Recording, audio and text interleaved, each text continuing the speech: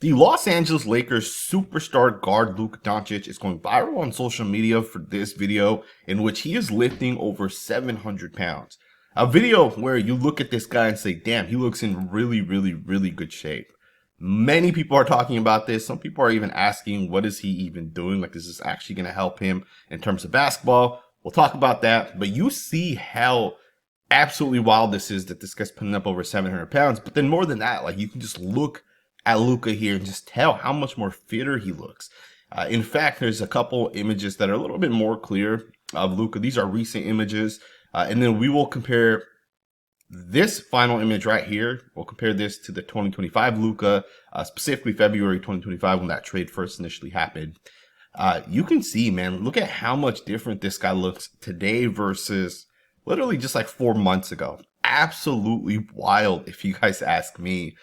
But this is what happens when you're motivated. This is what happens when you want to be a great basketball player. You get traded essentially from the Mavericks because of the fact that they called you out and said, this guy's not in shape. This guy's unhealthy. He's gaining a lot of weight. This guy, apparently that was the reason why the Mavericks traded him. And the guy's motivated, man. I think the Lakers this year are going to be really good. And I just want to talk about what Luka's actually doing in that workout video and kind of what it means. Also, we will be talking a little bit about Jaxson Hayes and some of the comments that he made. And then, of course, a couple of trade options have apparently opened up, like legitly, according to some of the insiders. Which, again, we'll talk about that a little bit later on as well. But Luka Doncic looks really good. And the thing is, if you guys follow Luka, if you guys followed like the NBA generally speaking, you guys will see all the reports that have been coming out now. All right, this isn't the first time Luka put something out where he's looking good. He's working out. Right, his wife has posted multiple times that these guys are eating healthy, right? At least she's posting it, which people are just assuming it also means Luka's eating healthy as well.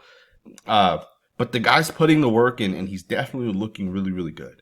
Some people have said that, hey, he looks really good in the offseason, every offseason, and then the actual season starts, and he gets kind of unhealthy, and he doesn't look as good. I don't know if that's 100% true, to be honest, guys. I have looked at some of his workouts from the past. You can pretty much pull all that stuff up right away, really quickly on Google. He's never looked like this to me, right? I'm going to be honest. It never has looked this fit, in my opinion. Now, some people are saying, hey, what does this actually, like, how does this actually benefit Luka? Does this make him stronger? Like, kind of what's going on? How's this going to benefit him when it comes to basketball? Here's the thing with Luka, right? Luka's he's not the type of guy that, like, he needs to improve his jump shot. He needs to improve his ability to score points. He doesn't have to do that. The guy's an elite scorer already. He's an elite passer already. His basketball IQ is, there's not a whole lot of people that are smarter than this guy. In fact, you can make the argument there's no one smarter than Luka, right? There's probably like 15 guys that are kind of tied at the very top that understand every little aspect of the NBA, and Luka's definitely up there. So this workout actually really benefits Luka, in my opinion. So this this workout he is doing here, this machine specifically, my gym has the same exact machine. And I've utilized this machine multiple times. Basically, what this is going to work out is, yes, he's squatting with this machine. So obviously, it's going to work out his thighs, but it's more than just the thighs. This machine's going to work out the knees. This machine's going to work out the hips. It's going to work out the lower back. And all of that is going to basically make you stronger, right? And again, he might not look stronger because he's essentially going to lose a ton of weight. But he will be a lot stronger, right? Going into the season, the guy's going to end up being stronger. And if you think about it in basketball terms, this guy might be better, getting into the paint, posting up. He might be a little bit stronger.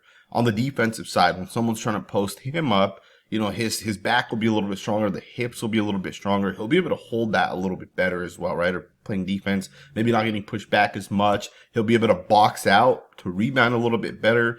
Not that, he's like a bad rebounder. With Luka, it always comes down to effort, right? If he puts 100% effort in, he could be really good at whatever it is. But these workouts are going to just make him a little bit better. And again, 720 pounds is absolutely ridiculous. To me, that's wild. It really is wild because, he is 6'5", 6'6", so he has that frame. But if you think about it, 720 pounds, that many plates, and he's only been working out for what? Less than 2 months at this point. It's crazy. It's a lot of weight, right? But again, Luka's putting the work in. To me, this could be that season for the Lakers where this is arguably the season where the Lakers win that championship. And we know they're going to go all in, right? Rob Pelinka's already told us in the exit presser that he did right after the playoff series. He told us that, hey, the Lakers are going to go all in this offseason. They're going to make some trades. They're going to be a completely different team as we go forward. And that was something Rob Pelinka had basically promised to Lakers fans. The Lakers will look a lot different. And another thing with the Lakers is they have real assets to trade. All right, this Lakers team is not the type of team where, like, they don't have actual assets. They don't have actual players. They can't make moves. Like, the Lakers can make multiple moves because they have a lot of really, really, really good players that are worth a lot in terms of NBA terms, right? So just kind of thinking about that, last season, the Lakers traded Dalton Knecht out at, in the middle of the season. They brought in Mark Williams. Rob Pelinka obviously knew that, hey, we need a center. We need to play a little bit more defense. And he traded Dalton Knecht. There's a real chance Knecht's going to end up getting traded this offseason as well, right? The one thing with Knecht that we have to realize is this guy's a real asset. Like, he has so much potential, has so much upside. He can be one of the league's best guards, right, in the NBA. But the thing with Knecht is also, he didn't play a whole lot for the Lakers down the stretch because the Lakers have so many different players. You can go with Knecht. You can go with Gabe Vincent. You can go with, Jared Vanderbilt. You can go with, whatever other player it is that you want to kind of go with. And again, there's just not enough minutes, especially when the actual playoffs come around. There's just not enough minutes because the Lakers have so many different guys that they can ultimately go with. And I think as the Lakers go forward, they got to really, tune it down to like a solid 7-man rotation, right? They have like 11 guys that could play right now. And again, that's something that Rob Pelinka will figure out. And it's actually a good problem to have as well. And they do have to get that center position right. And there's one guy that is apparently now available that was not available earlier on, or at least it wasn't confirmed. This report is coming out by Sarah Todd, who actually covers the Utah Jazz. And she actually put it out there recently in an article, basically putting it out there that numerous league sources have indicated that they believe the Jazz are going to be active over the next several weeks. Many expect that the Jazz are willing to hear offers that would include draft picks and the 2025 draft, as well as players on the Jazz's current roster. Obvious candidates for trade would be John Collins, Colin Sexton, and Jordan Clarkson, who are all on expiring deals of the 2025-2026 season. But, and this is the interesting one, league sources have said that they expect for conversations to include Walker Kessler, who is extension eligible. To me, that one right there is the big one, right? Walker Kessler is the guy that the Lakers are going to be 100% interested in because he's a guy that is a 7-foot big, a defensive player, can score around the paint. He's a guy that I think, at least in my opinion, he's a guy that the Lakers definitely want, right? He's the type of player that the Lakers tried getting in Mark Williams when they made that trade happen. Obviously, I think the Lakers had a little bit of buyer's remorse, which is why they ended up failing Mark Williams' physical. But Walker Kessler, to me, is another guy that's very, very similar to Mark Williams, but he's obviously better, right? Much, much better. He's proven. He's arguably one of the better rim protectors in the NBA, right? In my opinion, Walker Kessler is one of the better rim protectors in the NBA. The guy can rebound. He can score inside the paint. Obviously, he's not a shooter, but the Lakers don't really need that, right? They have multiple guys that can already score. What the Lakers need is they need a big that can consistently play defense. Pick and roll situations, they need a guy that can switch, that can effectively guards essentially, right? If Luka, gets screened and Walker Kessler switches on to, Damian Lillard or whoever it is, he has to be able to stick with Lillard. And Walker Kessler has shown us that that is something he can do. Now, obviously, he's much better around the paint, but he can definitely switch in high pick and roll situations as well. And again, I think for the Lakers, this is exactly what you want to try to get. And the fact that we are now hearing from a Jazz insider that this is a guy that will actually be available, to me is a really, really, really good report that is coming out. And, it's different when NBA fans are putting reports out like, hey, let's go get this guy or this guy or this guy. And oftentimes those guys aren't actually available. But with Walker Kessler, I'm pretty sure this guy's available. And I also think for Jazz, it just kind of makes sense for them to try to figure out Walker Kessler sooner rather than later. So we'll see what ends up happening. There is one other report that came out regarding another player that the Lakers might be interested in. Daniel Gafford may apparently require the Lakers to overpay. And this is kind of an interesting report that came out. by Jovan Buha. In a recent episode of Buha's Block with Jovan Buha, he reported that the Lakers will likely have to overpay in order to acquire the Mavericks big man. He said, my read is they probably have to overpay. It would probably have to be something like Gabe Vincent, Dalton, Knecht, and a first round pick for Gafford, and that is a lot. I do think that's a lot to give up for a guy like Gafford, but I also do understand that, the Lakers could trade Gabe, Dalton, Knecht, a first round pick for Gafford, and they still have assets to make another move as well, right? Like, they could still go out there and make one more move where you give up maybe one or two of your other guys as well, right? Maybe it's Rui Hachimura, who, I obviously like the Lakers to keep him, or Jared Vanderbilt, but if the package includes getting another number 3 or number 4 option, or maybe even a number 2 option for the Lakers, you got to consider all the different avenues, right? The fact that the Lakers are going to have to overpay or potentially overpay, I don't see anything wrong with it, right? I think at the end of the day, the Lakers are going to go all in this season to try to win that championship. And I think there's a chance that they actually do, right? This could easily be LeBron James' final year in the NBA. He hopefully will take a pay cut, hopefully. I think that will benefit the Lakers a lot if he does end up doing that.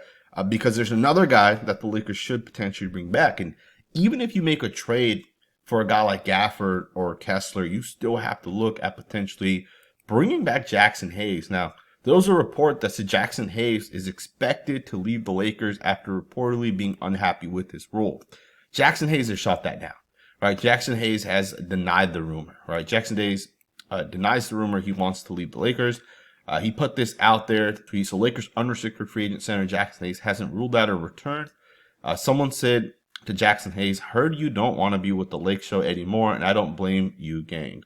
He said, that's false, my G. I definitely ain't say that. So there it is, right? Jaxson Hayes denies the report that he wants to leave the Los Angeles Lakers.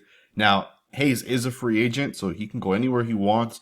He probably will go out there and look to get paid north of $20 million.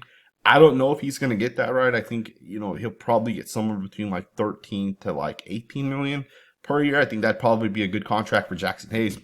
I think for the Lakers, right, if you are going to make trades where you're bringing in a center, right, like a true number 1 center, I think it'd be smart to bring back Jaxson Hayes as well as your number 2 option, right, a guy coming off the bench.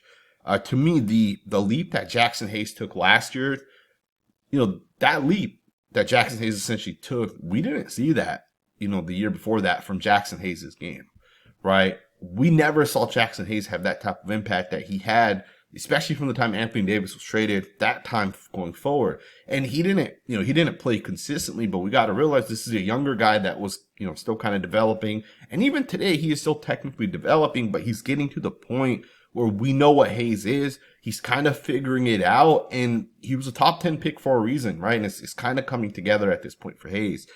I think there's a real chance Jaxson Hayes is so much better this upcoming year than he's ever been in the past.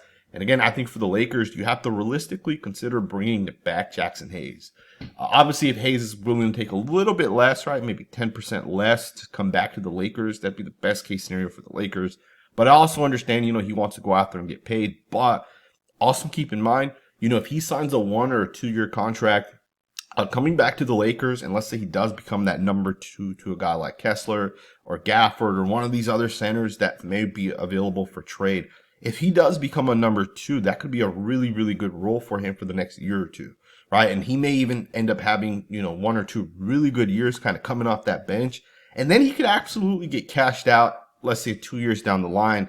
To me, that would be the best case scenario for the Lakers. It's a short-term contract where this guy can continue to develop and potentially give the Lakers that benefit the same way Austin Reeves kind of has, right? Reeves has obviously outperformed his contract. Hopefully they're able to bring back Jaxson Hayes. I would 100% love for the Lakers to be able to make it work. Might not happen, but Jaxson Hayes is telling us he wouldn't necessarily mind coming back to the Lakers. We'll see what ends up happening, man. Let me know what you guys think in the comments below. What are your thoughts on the Lakers as we kind of go forward, right? Luka Doncic looks really, really good. I think the Lakers are going to go all in this season. I think there's a real chance they win a championship this season. I'd also be surprised if on the other end of it, if they get conservative, right? And, we do have to realize LeBron James, if he does opt in and he keeps that like I think it's like $51 million salary, that is going to hinder the Lakers this season. No matter how you look at it, is 100% going to hinder the Lakers, especially given that LeBron's not going to consistently, week in, week out, give that effort that he is when the playoffs come around. You know, I don't know. I think it's something the Lakers are going to have to consider. You know, maybe you get conservative and say, hey, we have Austin Reeves, we have Luka. These guys are going to be here for the next 6-7 years. Let's just build this thing correctly, right? So we'll see what ends up happening. Let me know what you guys think in the comments below. Thumbs up, subscribe, and I will see you guys next time with another video.